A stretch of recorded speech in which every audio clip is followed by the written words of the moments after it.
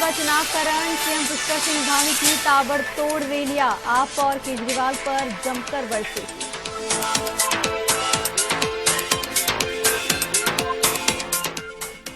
CM Dhami ने plastic मुक्त उत्तराखंड बनाने के लिए शुरू किया अभियान, अधिकारियों को दिए निर्देश। बोले, पर्यटक स्थलों पर प्लास्टिक की बोतलें पर लगेगा क्यूआर कोड।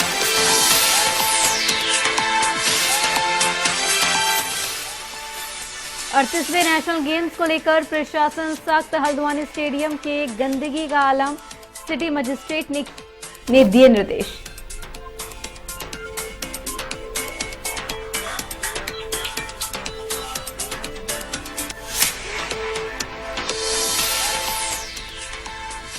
रुद्रपुर में बड़ी ठगी का मामला, पंतनगर सिरकुल की कंपनी पर 1 करोड़ से ज्यादा की रकम हड़पने का आरोप, पुलिस जांच में जुटी।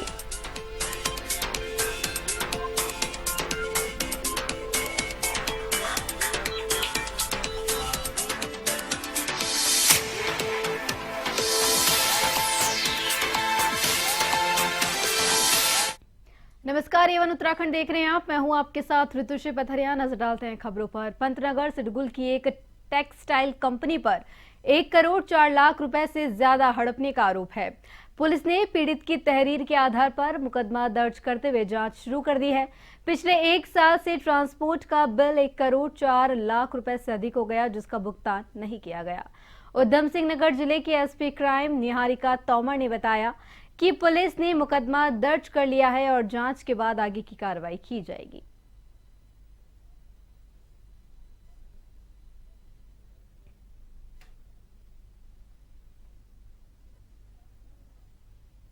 प्रार्थना पत्र प्राप्त हुआ था संजय शर्मा के द्वारा, जिनकी एक ट्रांसपोर्ट की कंपनी है, कि उनके द्वारा बीएसटी टेक्सटाइल फर्म के लिए ट्रांसपोर्ट का काम किया जाता था और करीब 1 करोड़ 4 लाख रुपए बकाया था कंपनी पर। उनके द्वारा जब कंपनी से पैसे की मांग की गई तो उनके बिलों का भुगतान नहीं किया गया और उनसे गाली गलौज कर उन्हें धमकी भी दी गई। इस पर हमारे पास तहरीर प्राप्त हुई और इस पर हमारे द्वारा मुकदमा पंजीकृत किया गया है 3 लोगों के विरुद्ध और उसमें विधिक कार्रवाई जारी है। 38वां नेशनल गेम्स अपने चरम पर है। हल्द्वानी के गोलापार अंतर्राष्ट्रीय स्टेडियम में फुटबॉल के मैच खेले जा रहे हैं। करीब 10,000 दर्शकों वाले पवेलियन में अधिकतर सीटों पर गंदगी पड़ी हुई मिली। नेशनल खेल शुरू होने के 4 दिन बाद भी पवेलियन की सीट साफ नहीं है। बता दें, हल्द्वानी में नेशनल गेम्स के समापन समारोह में राष्ट्रपति या गृह मंत्री अमित शाह शिरकत कर सकते हैं। इस पूरे मामले पर सिटी मजिस्ट्रेट हल्द्वानी ने कहा कि इवेंट मैनेजमेंट वाली कंपनी से लगातार बात की जा रही है और सफाई का रिव्यू किया जा रहा है।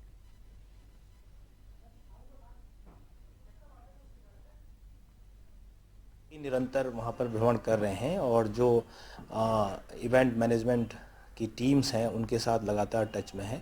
सफाई एक ऐसा विषय है जिसमें निरंतर काम करने की आवश्यकता होती है। उसी को देखते हुए निरंतर रिव्यू करते हुए जहाँ पर भी आवश्यकता हो रही है उसको कमियों को दूर किया जा रहा है। देखिए, अभी कल से ही चूँकि जो हमारा क्रिकेट स्टेडियम है जिसमें फुटबॉल के इवेंट्स होने हैं वो प्रारंभ हुए हैं और अब धीरे धीरे दर्शकों की संख्या बढ़ेगी तो उसी हिसाब से वहाँ पर जो व्यवस्थाएं हैं, जितने भी टॉयलेट्स हैं वो खोलने के लिए कहा गया है और एक रेगुलर इंटरवल पर सफाई के लिए भी निर्देश दिए। ऋषिकेश के निकट मुनिकरेती थाना क्षेत्र में पुलिस ने देर रात चेकिंग अभियान चलाया। इस दौरान पुलिस ने ड्रिंकिंग ड्राइव और रैश ड्राइविंग करने पर 18 वाहन कब्जे में लेकर सीज किए और 11 वाहन चालकों को गिरफ्तार किया।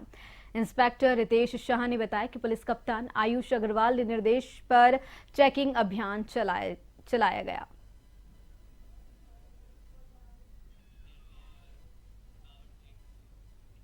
देहरादून में राष्ट्रीय खेलों का आयोजन हो रहा है। इन्हीं को लेकर नगर निगम भी अलर्ट मोड पर है। देहरादून नगर आयुक्त नमामि बंसल ने इस पर कहा कि नगर निगम की ओर से राष्ट्रीय खेलों में सफाई व्यवस्था, स्ट्रीट लाइट और सौंदर्यकरण बनाए रखने के लिए पूर्ण तैयारी है। साथ ही शहर से कूड़ा उठाने के लिए विशेष अभियान चलाया गया।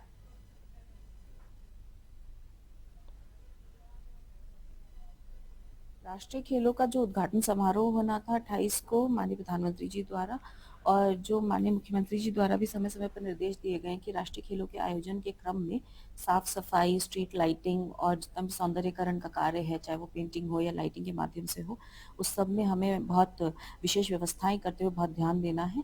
उसी क्रम में नगर निगम के द्वारा भी पूरी व्यवस्था अतिरिक्त कार्मिकों की गई है। 150 कार्मिक अतिरिक्त लगाए गए हैं। साथ ही 20-25 ट्रैक्टर ट्रॉलियां लगा करके कूड़ा उठान की व्यवस्था भी दुरुस्त बना करके पूरे शहर में विशेष स्वच्छता अभियान चलाया गया है। और सौंदर्यीकरण और पेंटिंग इत्यादि का कार्य तो आपने भी स्पॉट्स पे देखा ही होगा। इसके अलावा जो रूटीन की सफाई है उस पर भी ध्यान दिया गया है। जो हमारे CSIs हैं उनको सभी को वेन्यूज और रूट्स बांटते हुए देहरादून की जिलाधिकारी बाल भिक्षा पर रोक लगाने के लिए प्रयास कर रहे हैं। जिलाधिकारी देहरादून सविन बंसल ने कहा कि ऐसे बच्चे जो चौराहे पर भिक्षा मांगते हैं उनकी मुख्य धारा शिक्षा है। ऐसे बच्चों को हमारी टीम 24 घंटे डेडिकेटेड वाहन से पेट्रोलिंग करती है और उनको रिकवर करने इंटेंसिव शेल्टर यूनिट में ले जाती है। सविन बंसल ने बताया कि वहां उनको एक्टिवेट बेस्ड लर्निंग से जोड़ा जाता है और जब उनका बिहेव थोड़ा चेंज हो जाता है फिर उनको 1-2 महीने बाद फॉर्मल एजुकेशन से लिंक कर दिया जाता है।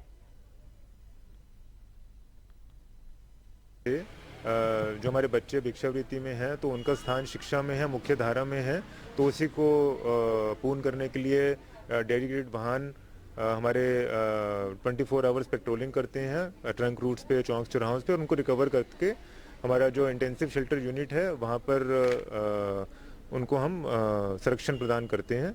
उनको एक्टिविटी बेस्ड लर्निंग से जोड़ते हैं, रिक्रिएशन, स्पोर्ट्स, और धीरे धीरे उनको हम फिर 1-1.5 महीने बाद, 2 महीने बाद फॉर्मल एजुकेशन से लिंक कर देंगे जब उनका बिहेवियरल चेंज हो जाएगा, माइंड ट्रांसफॉर्म हो जाएगा। मसूरी विधायक कैबिनेट मंत्री गणेश जोशी के जन्मदिन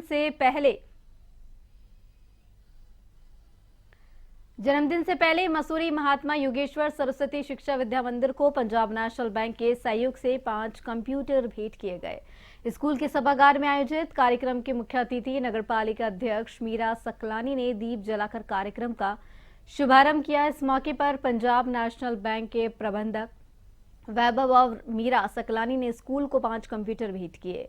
गणेश जोशी का जन्मदिवस आज है और भारतीय जनता पार्टी के कार्यकर्ता सेवा सप्ताह के रूप में मनाते हैं।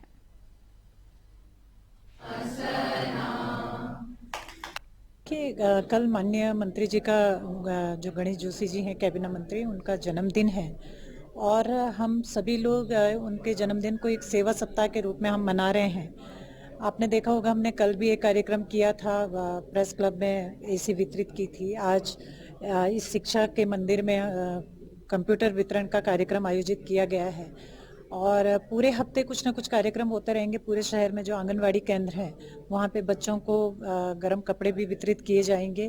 कल एक भव्य कार्यक्रम कार्यकर्ताओं के द्वारा देहरादून में भी आयोजित किया जाएगा।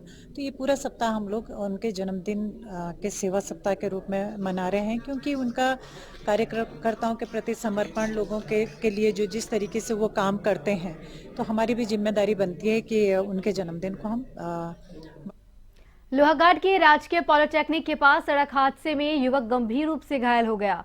बाराकोट की ओर जा रहे कैंटर और लोहाघाट की ओर से आ रही बाइक में आमने सामने की जोरदार भिड़ंत हो गई, जिसमें बाइक सवार युवक गंभीर रूप से घायल हो गया।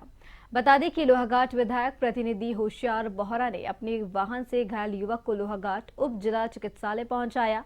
घायल युवक की नाक में काफी गंभीर चोट आई है, जिसका प्राथमिक उपचार कर चंपावत जिला चिकित्सालय रेफर कर दिया गया। कैंटर चालक राहुल सिंह ने बताया कि युवक कैंटर के सामने अचानक अपना संतुलन खो बैठा और कैंटर से टकरा गया।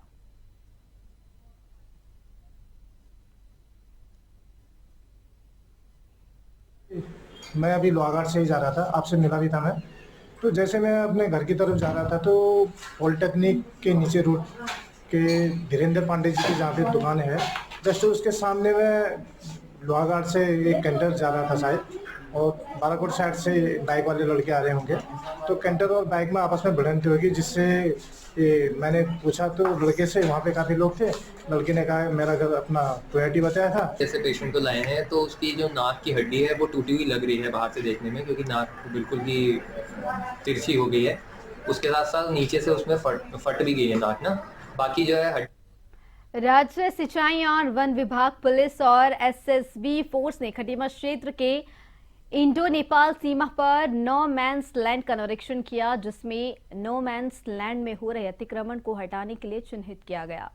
इस मौके पर उप जिलाधिकारी खटीमा रविंद्र सिंह बिस्ट ने कहा कि नो मैंस लैंड के पिलर संख्या 796 में सब पिलर 1 और 2 में कहीं पर नेपाल की तरफ से तो कहीं पर दोनों तरफ से अतिक्रमण किया गया है, जिस पर सर्वे किया जा रहा है। नो मैंस लैंड में जितना भी अतिक्रमण है उसको हटाने की कार्रवाई की जाएगी। से कोई भी अतिक्रमण नहीं है। 796/1 जो सब पिलर है उसमें नेपाली साइड से बहुत ज़्यादा अतिक्रमण किया गया, 7 फीट के लगभग से उनका अतिक्रमण है। और 796/2 सब पिलर की अगर मैं बात करूं तो वहाँ पर बोथ साइड्स, इंडियन साइड से भी और नेपाली साइड से भी अतिक्रमण है। इसको आज हमने देख लिया है, कल से हम इस अतिक्रमण हटाने की कार्रवाई करेंगे। अभी तो फिलहाल हम नो मैंस लैंड को फोकस कर रहे हैं, उसके बाद हम जितना भी हमारा इंडो नेपाल एरिया में जो गवर्नमेंट लैंड है उसको भी अतिक्रमण कर रहे हैं। और नो मैंस लैंड पे जो अतिक्रमण की स्थिति पाई गई है उसके लिए अब हम उसको हटाने के लिए यहाँ पर प्रयास करते हैं और सभी लोग हैं हमारे साथ। और आज हमने यहाँ पर देखा है कि जो हमारे पिलर हैं और सब पिलर हैं वहाँ पर कितनी दूरी पर यहाँ पर अतिक्रमण पाया गया है, तो इसे हटाने की कार्रवाई हम शुरू करेंगे। खटीमा क्षेत्र के थाना झनकैया के तहत ग्राम सभा बकुलिया में शारदा सागर डैम के अधिकारियों की ओर से इतना पानी छोड़ा गया कि इस क्षेत्र में लगभग 3 से 400 हेक्टेयर गन्ने के खेतों में लबालब पानी भर चुका है। गन्ने की फसल बर्बादी की कगार पर है। ग्रामीणों का कहना है कि उन्होंने प्रशासन से गुहार की है कि जल्द से जल्द शारदा सागर का पानी बंद कर दिया जाए। वहीं संबंधित अधिकारियों से बात कर इसका शीघ्र से शीघ्र निस्तारण की कार्रवाई करे।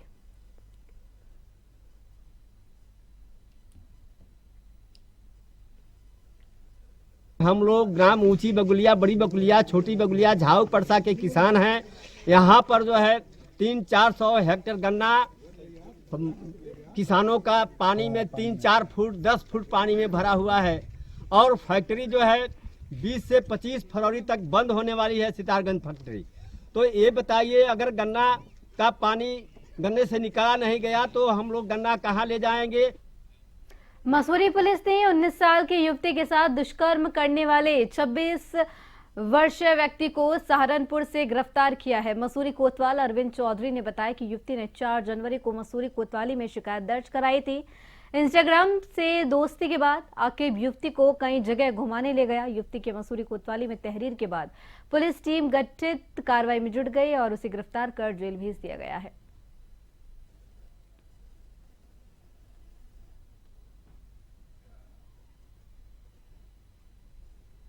के साथ शादी का झांसा देकर अलग अलग जगह पर, जिनमें मसूरी भी कई बार आया है, उसके साथ बलात्कार किया है। और जब उसने शादी की बात की तो उसके साथ मारपीट और उसको धमकी दी।